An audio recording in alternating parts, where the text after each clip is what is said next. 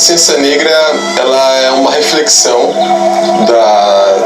da origem dos negros no mundo. Consciência negra é você ter consciência sobre a sua própria história. Exatamente, uma reflexão daquilo que nós podemos não só expor a nossa cultura, como também o que podemos fazer para a nossa sociedade. É, na verdade, uma referência muito mais profunda e complexa, que se refere, portanto, às culturas negras brasileiras, ou afro-brasileiras. Nós temos a nossa data máxima do 20 de novembro, que é o dia em que se comemora a morte de Zumbi dos Palmares, um herói nacional não reconhecido, devidamente reconhecido.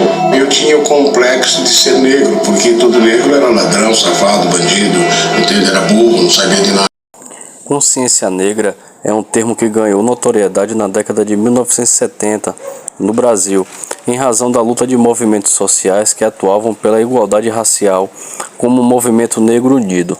O termo é, ao mesmo tempo, uma referência e uma homenagem à cultura ancestral do povo de origem africana, que foi trazido à força e duramente escravizado por séculos no Brasil.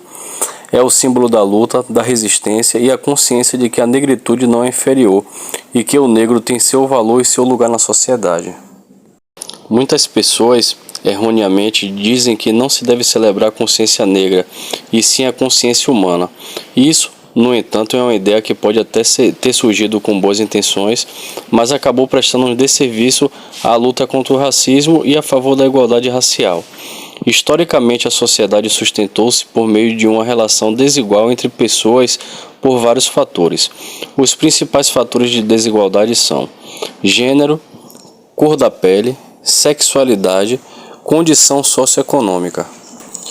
Tradicionalmente, os espaços de poder da sociedade são reservados a homens héteros, cisgênero, brancos e ricos. Mesmo nas chamadas micro-relações, nas pequenas relações de poder cotidianas, a tendência é que o homem tenha mais poder e privilégio social em relação à mulher, os héteros também o têm em relação à população LGBTQ+, os brancos também possuem esse privilégio e esse poder desproporcional em relação à população preta. Isso evidencia, a partir de uma leitura materialista da história, que as relações sociais são desiguais e que é preciso corrigir essa distorção para que a sociedade evolua. Para levar a riqueza da cultura africana ao povo afrodescendente de países colonizados por europeus e também para os próprios povos africanos que ainda sofrem as consequências do colonialismo de exploração em seu continente, o poeta e escritor martinicano Aimé Césaire criou o termo negritude, que se tornou uma corrente literária e um movimento cultural. A ideia é de que há uma essência cultural, a negritude, em todos os descendentes de africanos que sofreram a diáspora forçada por europeus. A ideia de uma consciência negra não surge exatamente a partir do conceito de negritude, mas tem muito a ver. Para unificar o povo preto em torno de sua luta contra séculos de escravização e após a abolição da escravatura, no Brasil, passou-se a pensar em uma forma de unir a população preta e conscientizá-la de sua cultura, da luta diária das pessoas pretas e do valor de ser preto.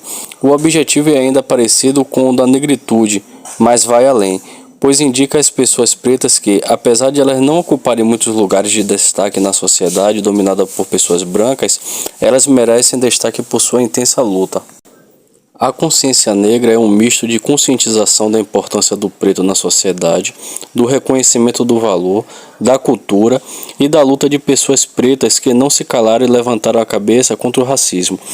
Apesar do protagonismo negro nessa consciência, que mais do que uma ideia ou conceito, é uma espécie de prática que dá movimento aos movimentos sociais, podemos esperar que, a partir do choque com a consciência negra, as pessoas brancas repensem suas práticas. O cérebro humano tem uma imensa capacidade plástica de se adaptar às situações e de moldá-las para que elas estejam de acordo com aquilo que o ser humano quer. Assim, o ser humano possui algo que talvez lhe seja único dentre os outros animais: consciência. Um animal tem senciência, uma capacidade de se perceber no mundo a partir dos sentidos do corpo, da autoimagem, das necessidades corpóreas e até de sentimentos. No entanto, o ser humano se percebe como um ser no mundo que pode modificá-lo e que pensa na sua existência. Isso é o que a consciência nos garante. Pensar nossa existência e com isso nos fazermos enquanto seres vivos. Para filósofos existencialistas, a nossa existência precede a nossa essência. Isso significa que é ao viver que nos criamos. Também é nesse movimento vital que criamos a nossa consciência, que é aquela capacidade de pensar na existência e se perceber como um ser no mundo e capaz de modificar o mundo. Tudo isso compõe uma complexa rede de significações que nos molda enquanto seres e não é simples de ser percebida. No Brasil, a história da consciência negra culminou na criação do Dia Nacional da Consciência Negra, uma data que celebra a negritude e a luta da população preta de nosso país. No entanto, a história por trás disso é mais longa. Ainda no século XIX, negros alforriados e seus filhos, muitos dos quais tiveram a oportunidade de estudar, como o advogado e jornalista Luiz Gama, o patrono da abolição da escravatura no Brasil, impulsionaram o movimento abolicionista que advoga pelo fim da escravidão em nosso país. Intelectuais e políticos brancos também endossaram o movimento. No dia 13 de maio de 1888, não conseguindo mais resistir à pressão interna do movimento abolicionista e nem à pressão externa promovida principalmente pela Inglaterra, a princesa Isabel assinou a Lei Áurea, abolindo a escravatura em nosso país. A trajetória dos ex-escravos libertos não foi fácil. Eles não tiveram direito à terra nem a qualquer tipo de indenização. Começaram a viver à margem da sociedade, iniciando a difícil trajetória da população preta após a abolição em nosso país.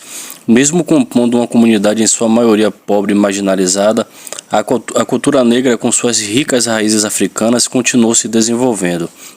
Em 1971, o professor, escritor, pesquisador e militante negro Oliveira Silveira organizou um grupo de estudo e apreciação da cultura e da literatura negra em Porto Alegre com outras pessoas interessadas no assunto.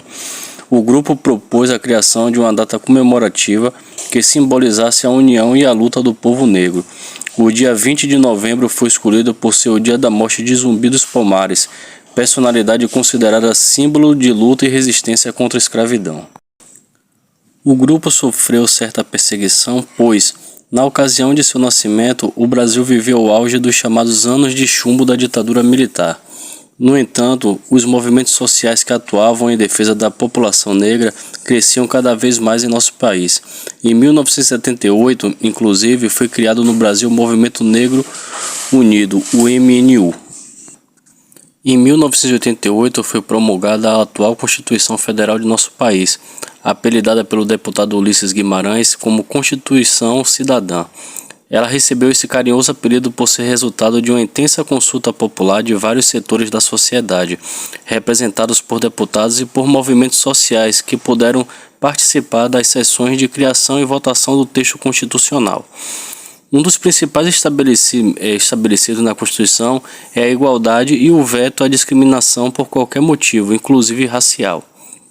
Em 1989, foi promulgada a Lei nº 7.716, de 5 de janeiro de 1989, que dispõe contra o preconceito racial, tornando a discriminação racial, de cor, de religião ou nacionalidade um crime passível de punição penal.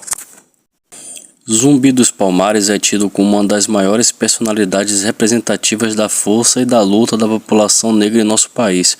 Muito pouco se sabe sobre a história de Zumbi, inclusive muitos dados são apontados como lendas. No entanto, a representatividade de Zumbi coloca-o como um herói e une a comunidade negra em prol da defesa de seus valores e de sua cultura. Zumbi teria liderado por anos o Quilombo dos Palmares, um complexo de quilombos na região da Serra da Barriga.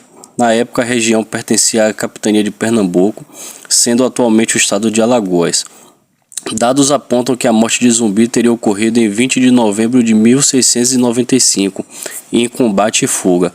Daí veio a escolha do dia 20 de novembro como data de celebração do Dia Nacional da Consciência Negra no Brasil. A Lei nº 12.519, de 10 de novembro de 2011, instituiu o dia 20 de novembro como o Dia Nacional da Consciência Negra. É um dia voltado para a reflexão sobre o que movimenta a criação da data. O dia 20 de novembro não é um feriado nacional, mas alguns estados e municípios adotaram a data como feriado. Queridos, agradeço por terem assistido o vídeo, espero que tenham assimilado algo sobre essa aula. É um dia muito importante para a nossa cultura, nossa etnia, podermos aprender do que se trata, Dia da Consciência Negra. Se vocês tiverem gostado, por favor, dá um like e curte o canal lá. Valeu, galera!